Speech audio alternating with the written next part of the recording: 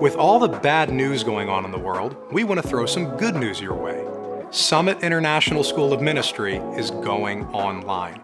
Starting in February of 2022, Summit's going to offer 4-week-long enrichment courses to anyone 18 years or older who wants to make this spring about going deeper in God's Word. Going to Bible school isn't an option for everyone for a lot of different reasons, but that doesn't mean you can't learn from where you are.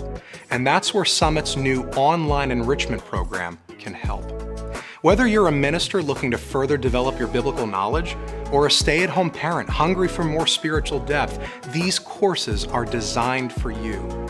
There's no long journey toward a certificate or a degree here. You're signing up for a 1-month learning experience that involves original content from skilled and anointed teachers, interaction with real classmates, and ungraded learning activities that'll help you engage and process what you're learning. And the cost for an entire Summit OEP course is less than the price of one online college credit. If you're as excited about this opportunity as we are, you'll probably want to know that registration is open right now. And believe me, when you see the topics being covered, you will want a seat. Not everyone can make the commitment of going to Bible school, so Summit wants to bring a little bit of Bible school